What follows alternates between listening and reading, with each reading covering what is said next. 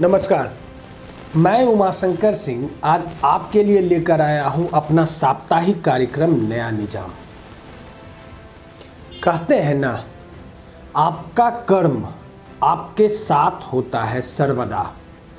आप हो ना हो, आप याद किए जाते हैं अपने कर्मों के बदौलत। आपकी निजामियत याद की जाती है आपके द्वारा उठाए गए कदमों के हिसाब से ही। बेशक समय का धूल उसे या उसके ऊपर एक परत डाल सकता है, लेकिन उसे छुपा नहीं सकता।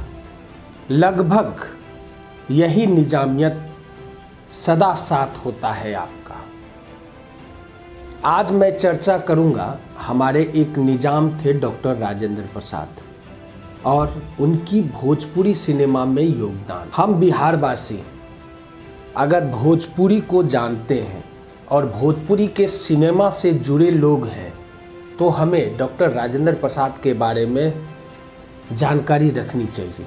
भोजपुरी सिनेमा से जुड़े लोगों को यह जानना चाहिए कि उन दिनों अगर नाजिर हुसैन ने बिमल राय से भाषा बोली का समझौता कर लिया होता तो वह अपने इतिहास की पहली फिल्म गंगा मैया तोहरे पीढ़ी चढ़े वो नहीं देख पाते। हालांकि फिल्मों में भोजपुरी का आगमन यूँ तो 1932 में बनी दूसरी बोलती फिल्म इंदर सभा से ही हो गया था। सांस्कृतिक फिल्म होने के नाते उसमें 72 गाने रखे गए थे, जिसमें 2 भोजपुरी के भी थे।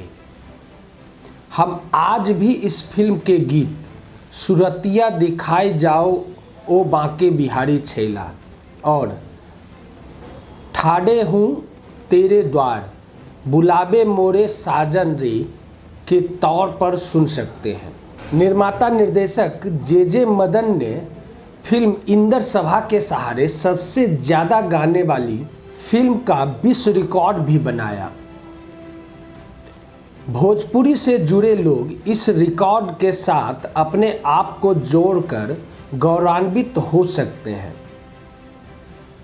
जे मदन के सहारे फिल्मों में भोजपुरी का आगमन तो हुआ, लेकिन एक पूर्ण भोजपुरी सिनेमा के बनने का सफ़र 1962 में ही पूरा हो सका, जिसके लिए संघर्षरत व्यक्तित्व को भूलना आसान नहीं है।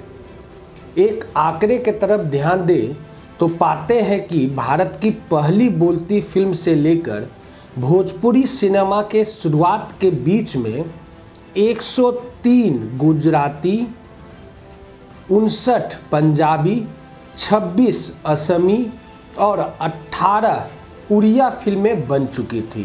पंजाब भी इस दिशा में 1935 से ही प्रयासरत था।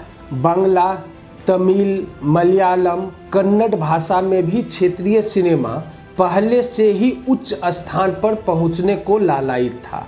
ऐसे में भोजपुरी सिनेमा के लिए क्षेत्रीय सिनेमा के तौर पर स्थापित होने की राह आसान नहीं थी। जब सिनेमा में महिला संघर्ष चल रहा था, तब बनारस की बेटी जद्दन बाई ने महबूब खान की फिल्म तकदीर, जो कि 1943 में अपने भोजपुरी भाषी होने के नाते एक गाना रखने को मजबूर किया। यह महिलाओं द्वारा अपनी संस्कृति, भाषा, बोली के लिए किए गए संघर्ष के लिए भी याद किया जा सकता है।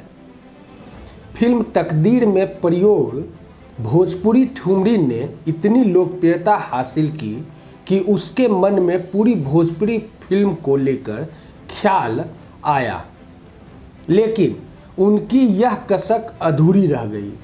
उल्लेखनीय है कि हिंदी सिनेमा के प्रथम महिला जद्दन बाई मशहूर अदाकारा नरगिस की मां थी। आपको इसे जानते हुए अगर यह लग रहा होगा कि आखिर कौन है जिसने पहली पूर्ण भोजपुरी फिल्म बनाई और क्या क्या संघर्ष किए, उन्हें यह भी अब सोचने की ज़रूरत होनी चाहिए कि जहां अगर अलग अलग क्षेत्रीय भाषाओं में भोजपुरी उद्योग स्थापित हो चुका था, ऐसे में भोजपुरी के लिए संघर्ष में कितना समय लगा होगा। आज़ादी के बाद बदलते भारत में सिनेमा भी बदला। फिल्म शिक्षण संस्थान से लेकर फिल्म आर्काइव तक बनाए गए। सिनेमा में जहां व्यक्तिगत स्तर पर प्रयास चल रहे थे, वहां आज़ाद भारत में प्रथम राष्ट्रपति डॉक्टर राजेंद्र प्रसाद ने इस ओर एक सराहनीय काम किया। यह वही दौर था जब गांधी जी सिनेमा को खराब चीज मानते थे। दिल्ली में आयोजित एक फिल्म समारोह में डॉक्टर राजेंद्र प्रसाद ने अपने संबोधन में अपने भोजपुरी भाषी होने का दायित्व निभाते हुए भोजपुरी सिनेमा की दिशा में काम करने का फिल्मकारों से आह्वान किया। राजेंद्र प्रसाद ने यह भी माना कि उन दिनों भले ही भोजपुरी साहित्यिक रूप से समृद्ध नहीं थी, लेकिन सांस्कृतिक विविधता इतना विशाल थी जिससे पूरा देश लाभान्वित हो सकता था। उसी समारोह में बैठे भोजपुरी माटी के खाटी लाल हिंदी सिनेमा में संवाद अदायगी के पुरोधा उत्तर प्रदेश और बिहार की सीमा से सटे गाजीपुर के निवासी नजीर हुसैन काफ़ी प्रभावित हुए। इसी समारोह में वह अपनी फिल्म नई दिल्ली के लिए राष्ट्रपति पुरस्कार भी पा चुके थे।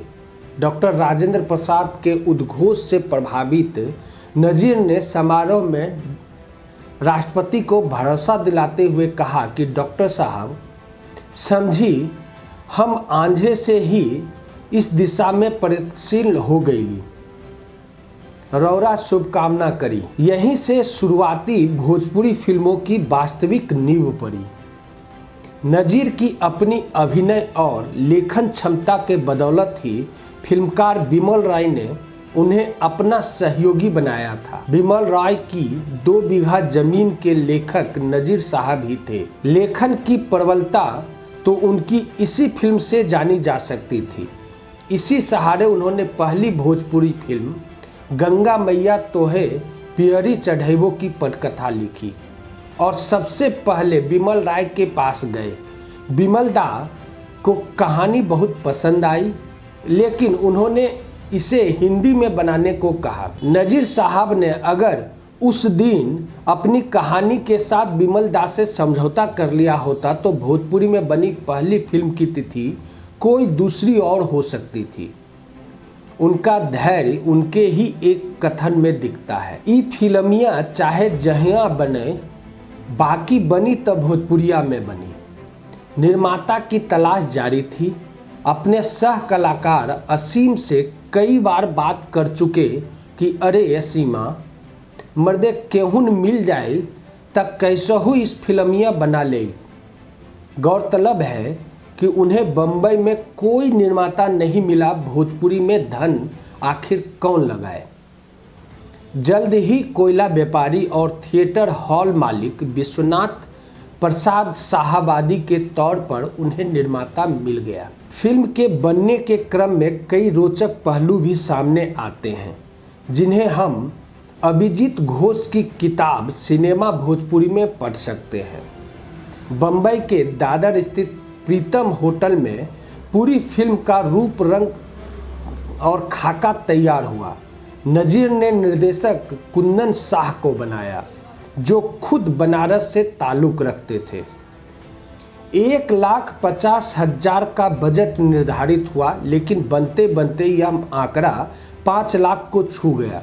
लेकिन शाहबादी ने इसकी फिक्र न करते हुए फिल्म को पूरा किया और अपनी सफलता की ऊंचाई चढ़ने को बेताब फिल्म 80 लाख की कारोबार की। दहेज, बेमेल विवाह, विधवा विवाह, सामंती विचार, शिक्षा आदि के प्रश्नों पर पर्दे पर विचित्र होती फिल्म के कलाकारों से मिलने के लिए डॉक्टर राजेंद्र प्रसाद ने खत लिखा। 1 मार्च 1963 को मिलने का समय तय हुआ, लेकिन भोजपुरी सिनेमा के विकास में महत्वपूर्ण भूमिका निभाने वाले डॉक्टर राजेंद्र प्रसाद का यह सपना पूरा नहीं हो पाया। 28 फरवरी को उनकी मृत्यु हो गई। जैसे ही फिल्मकारों को पता चला, अगले दिन उन्होंने फिल्म का प्रदर्शन बंद रखा, जो सच्ची श्रद्धांजलि थी डॉक्टर राजेंद्र प्रसाद के लिए। इसके बाद विदेशिया, हमार संसार, गंगा किनारे मोरा गाँव रे, कब होई गबरमा हवार, दंगल, महुआ आदि फिल्मों के साथ भोजपुरी सिनेमा बढ़ते क्रम में आज हमारे सामने छलकत हमरो जवनिया, रातें दिया बुझाई के जैसी फिल्मों के जरिए अश्लीलता पेश करने पर आतुर दिखता है। क्या आज भोजपुरी के लिए किए गए संघर्षों को इसमें से किसी निर्देशक निर्माता याद रखता है? मौजूदा स्थिति को देखते हुए एक प्रश्न यहाँ जरूर खड़ा होता है कि ऐसे गानों की शुरुआत कहाँ से हुई होगी। भोजपुरी सिनेमा को खंगालने पर पता चलता है कि सन 2000 के आसपास यह उद्योग एकदम खत्म होने की कगार पर खड़ा था। ऐसे में 2002 में बनी फिल्म सैया हमार ने एक बार फिर से निर्माताओं और निर्देशकों को जागने पर मजबूर करती है। लेकिन इस बार दुखद यह रहा कि जिस शुरुआती कंटेंट को लेकर भोजपुरी सिनेमा ने अपनी नींव रखी थी, वह अब फैशन की चाशनी में डूबकर हमारे सामने था। फिल्म ससुरा बड़ा पैसे वाला की सफलता को देखकर भोजपुरी निर्माताओं ने कुछ भी दिखा देने की होड़ सी मच गई और प्राइवेट कैसेट उद्योग द्वारा लाए गए गबरमा लैजा राजा जी जैसे गानों ने इसमें चार चांद लगाए और नतीजतन 2004 के बाद अब तक के भोजपुरी सिनेमा में चोली, चुम्मा, लहंगा, रिमोट आदि से ऊपर नहीं उठ पा रहा है। दर्शक के दृष्टि से भी अगर देखें तो ऐसे गीत संगीत से भरी फिल्मों के प्रोडक्शन के लिए कहीं का वह भी जिम्मेदार है। दर्शकों ने ही फिल्मकारों को बढ़ावा दिया है। हमें भोजपुरी सिनेमा के उस पलों को आज याद करने की ज़रूरत है। लोगों ने अपनी मेहनत से इस उद्योग को स्थापित किया और डॉक्टर राजेंद्र प्रसाद के निजामियत में यह फला फूला और बढ़ा भी। डॉक्टर राजेंद्र प्रसाद को याद करने का एक प्रमुख कारण भोजपुरी सिनेमा का पदार्पण और अपने वर्चस्व पर पहुंचना भी था। अगर डॉक्टर राजेंद्र प्रसाद जैसे निजाम नहीं होते तो भोजपुरी सिनेमा को शायद याद भी नहीं किया जाता या भोजपुरी सिनेमा के इतिहास को याद भी नहीं किया जाता। तो ये है और ये थी डॉक्टर राजेंद्र प्रसाद की निजामियत। डॉक्टर राजेंद्र प्रसाद जैसे निजाम सदा याद किए जाएंगे, चाहे वो कारण कुछ भी हो, ना सिर्फ भोजपुरी वरन बिहारी के माध्यम से भी सही। डॉक्टर राजेंद्र प्रसाद सदा हमारे दिल में होते हैं। तो आपकी निजामियत, आपका निजाम तभी बरकरार होगा जब आपके कर्म ऐसे होंगे। आज के लिए इतना ही। आप हमारे फेसबुक और यूट्यूब चैनल को यूं ही लाइक और सब्सक्राइब करते रहें। नमस्कार।